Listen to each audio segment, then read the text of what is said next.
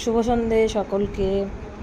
তো আজকে আমি ঘরে বানিয়ে ফেলেছি একটা প্রোটিন পাউডার, আর সেটারই ভিডিও আপনাদের কাছে নিয়ে এসেছি।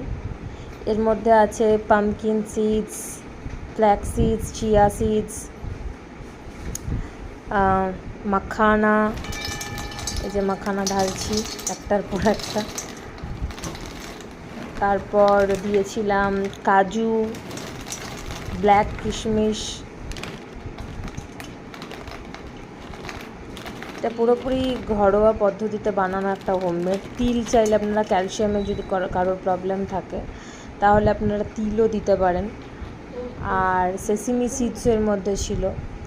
আচ্ছা, একটুখানি ছাতু, তারপরে আলমন্ড, বাদাম, পিস্তা, এগুলোকে সবগুলোকে ভালো করে হালকা করে কাঠকলায় ভেজে নিতে হবে। দিয়ে ওটার একটা ড্রাই পেস্ট, দুধের সাথেও খেতে পারেন, গরম জলের সাথেও খেতে পারেন।